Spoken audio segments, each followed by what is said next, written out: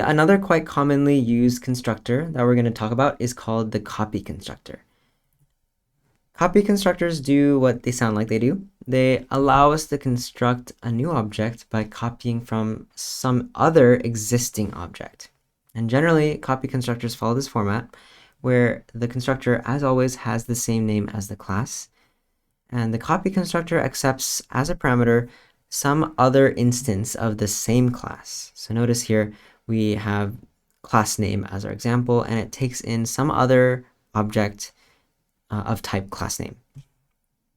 Notice here that we mark it as const because we don't want to modify the other object. All we really need to do is access that other object's member variables so that we can copy those member variables into the member variables of this new class name object that we're trying to create.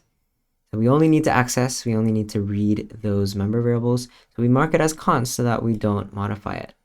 And we also have the ampersand here, and this means that we're going to be passing in the class name object by reference. And remember, we prefer to do this because that avoids us having to make a potentially expensive copy. So as a concrete example, you can take a look at this volunteer class here. And we have the copy constructor here.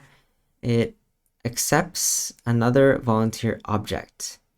And what we're doing in this member initializer notation, we have the name underscore and branch underscore member variables, and we're initializing them to something.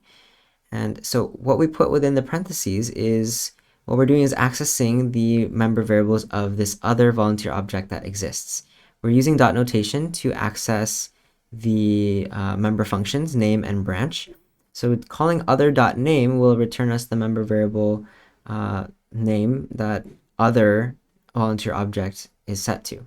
So say that I'm copying from an existing volunteer object whose name is Sam, and Sam's name is Sam, and then the branch that Sam works at is the CS department.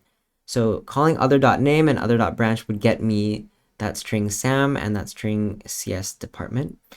And once I have those, then I can initialize my name underscore and branch underscore to Sam and CS department.